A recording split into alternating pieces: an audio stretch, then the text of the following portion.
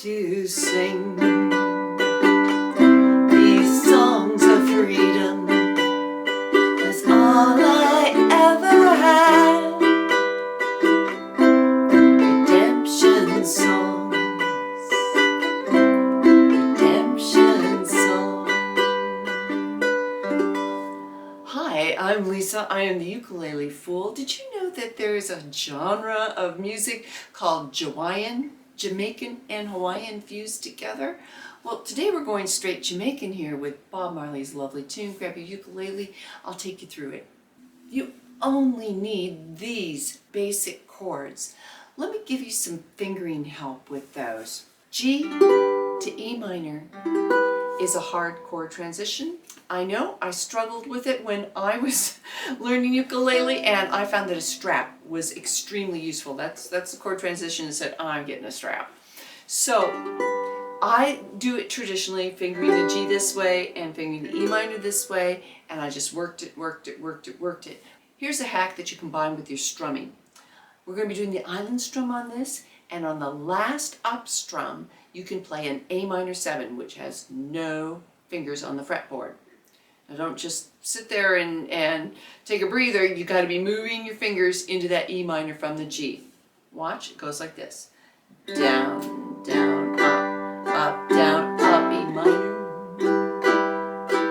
So when I'm doing that up strum, I am pivoting my fingers and getting them ready for the E minor on the down. There are some other cheats that you can do. Some of my students play G differently, which makes E minor easier. They use their index finger on the second fret of the A string, reach across to the second fret of the C string with their middle finger, and then the ring finger picks up the G on the E string, the third fret. Then you only have to shift 2 fingers. So going like this to this, as opposed to this to that. See a lot less shifting when you're doing it this way. Another way to do it is when you're fingering your G, pick up your index finger and shift your pinky over to the 4th fret of the C string. I'm not very good at this, but some of my students are pros, so this may work for you. And then lastly, you can bar these 3 strings on the 2nd fret and put your middle finger on the 3rd fret of the E string, and then all you have to do is just add your ring finger. That is really a clever way to do it, because learning to bar, first of all, is great. There's all sorts of chords where requiring you to bar, so that might be a good solution for you. You also need to go from a C to a D. First tip that I have for you is these 2 fingers, you should keep them curved. When you're on your C chord, start moving that hand up here so that they're in place, keeping them curved and hovering, and then hop them over. You can use that cheat on this too. You're going C, down, up, down, up, D. So use that A minor 7 on the last up strum. It's a big help. This song requires some chords to get 4 beats and some to get just 2. When doing the 4-beat strum, I recommend the island strum.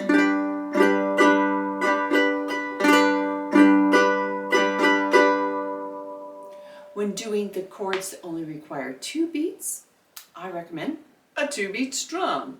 And it's almost always on a C and a G. So it's down, down, up, G, down, up. Just like that. I've color-coded it in the chord chart and the play-along, and I would hope that you'd want to become a patron and get access to all my chord charts with the color coding and annotations that I include on it. I have over 200. I probably have over 250 by now. So thanks to all my patrons, because I really could not do this without your support. $3 a month, you get all my chord charts and 2 Zoom sessions a month where with Q&A and jam with me. So $3, that's all it is. Come join me, it's a bargain. This song has 2 sections, and before we start adding all those pesky lyrics, let's just go through the chords, switching up those strums between 4 and 2. The 2 beat chords are in yellow. We'll do it at a slow practice tempo. 1, 2, 1, 2, here we go. Down, down.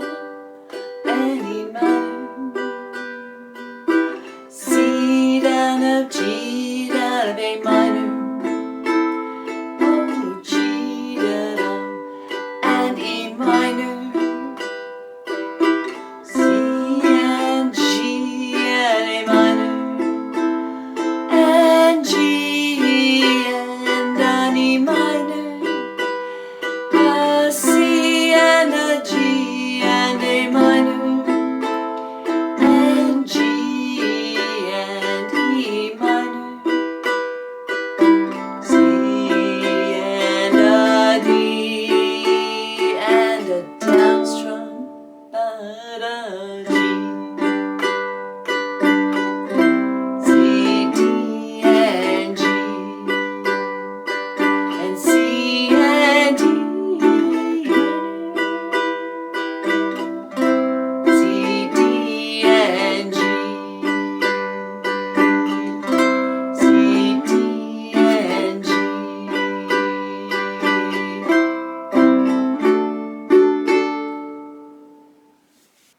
Here's a timestamp to let you know where to get back to that if you need more practice. Island strum if it's not color-coded. If it's color-coded, it's a 2-beat strum. 1, 2, here we go. C down of G, C, D, G. I have a low G on my instrument and I love the way this sounds on a low G instrument, and it's much easier to play. You're only going to need an open G string, an open C string, or the 2nd fret of either string or the 4th fret. It's easy to keep track of. Just watch at one point where I don't pick up this finger. Be watching for that because it makes the transition so much easier. Watch for that. 1, 2, I'll do it slowly.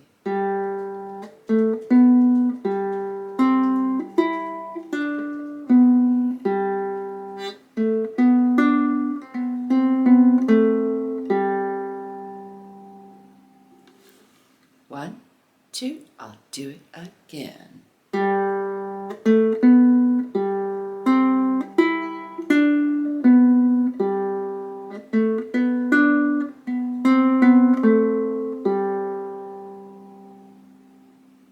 If you don't have a low G, you can play it on your E and your A string. Starts out, I like to start with my middle finger on the 3rd fret of the E string. 1, 2, ready, begin.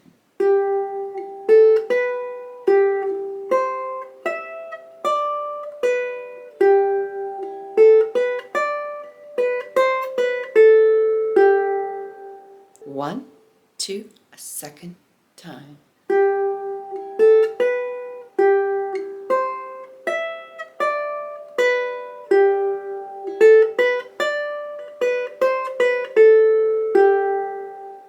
Bob Marley is an extremely influential world musician that brought the sound of reggae from Jamaica to the rest of the world. Reggae has its roots in ska music that started around 1960 with a fusion of Northwest African rhythms with music that was particularly being borrowed from Miami radio stations that they could hear in Jamaica with a southern United States rhythm and blues sound. So they fused them together. It also was a fusion between ska and rock steady, and I don't know a whole lot about the rock steady sound, but it created this unique Jamaican sound that I know is so influential, just globally, and he was the ambassador for it. Reggae music frequently has references to Rastafarianism, and Rastafarianism is, again, from Jamaica. It started in the 1930s. It's a religion that fuses Protestant Christian mysticism with some of the political activism coming out of Africa. Emancipate yourself from mental slavery comes out of Rastafarian. It comes from Revelations, and talking about kind of the societal slavery that can happen after slavery is no longer there. And so when you hear references in songs to Babylon, things like that, a lot of that does come from Rastafarianism. So when Bob Marley wrote this song, it was first recorded in 1980. His wife said he was working on it before then. He'd already received his diagnosis of cancer. And according to his wife, he was already experiencing quite a great deal of pain, and then looking like, this disease was probably going to take his life. And so he was also looking towards his legacy. This song doesn't have the typical emphasis of 2 and 4 that reggae music does, but it's still got many of that, that influence from his other songs. I hope you are looking forward to the biopic that's coming out February 14th it's no way sponsored, but in 2024. I'm really excited to listen to it, to hear, listen to me, I'm such a musician. I want to watch that show. So do you? Let me know down in the comments, and let me know if this is helpful to you, if you like these history nerd sections. Let's go on and do the play along. Open E is your starting pitch. 1, 2, here we go.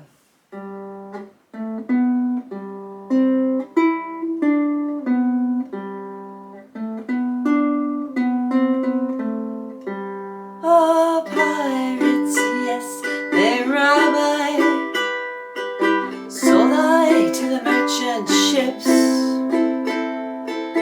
Minutes after they took I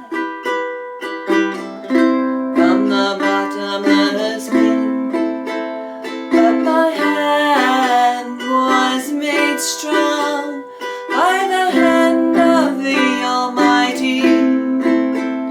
We forward in this generation triumphantly. Won't you help to sing these songs of freedom? 'Cause all I ever had, redemption songs, redemption songs. Emancipate yourself from mental slavery.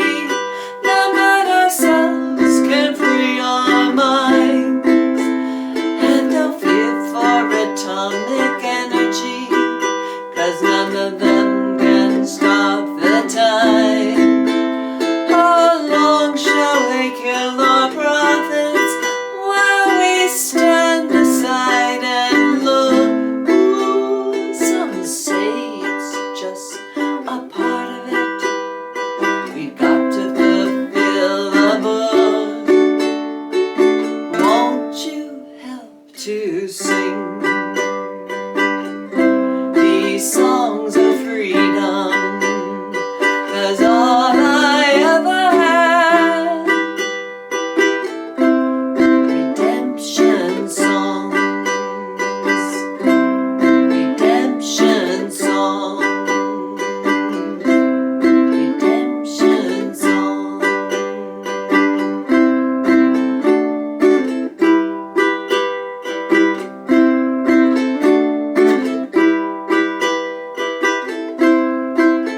Emancipate yourself from mental slavery. None but ourselves can free our minds. I've no fear for atomic energy, 'cause none of them can stop the time. How long shall they kill our prophets while we stand aside and look? Some say it's just a part of it. We've got to fulfill the book.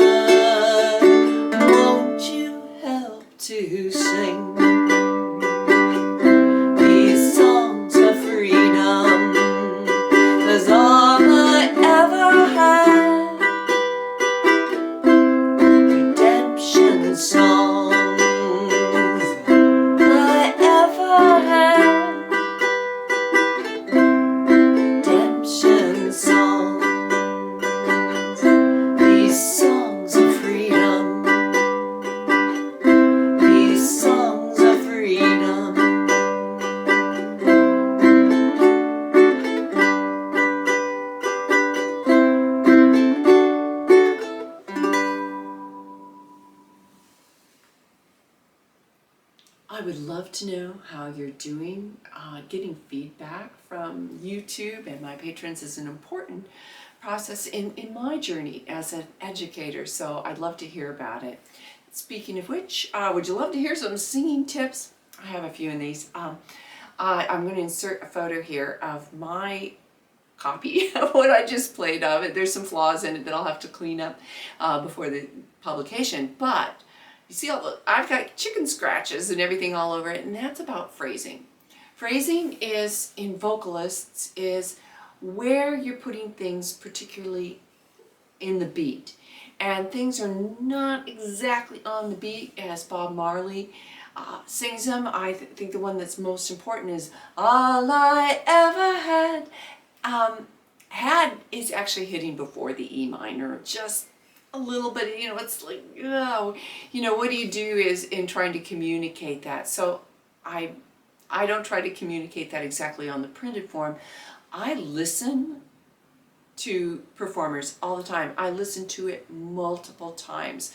I take notes. I go back and forth and listen to that. That's part of my process of trying to be a better singer. So if you can use that tip of really listening to singers and listening to why they're so good, go for it. I think it's a really valuable tool. Oh, and lastly, I would say listen to yourself back. Oh my God.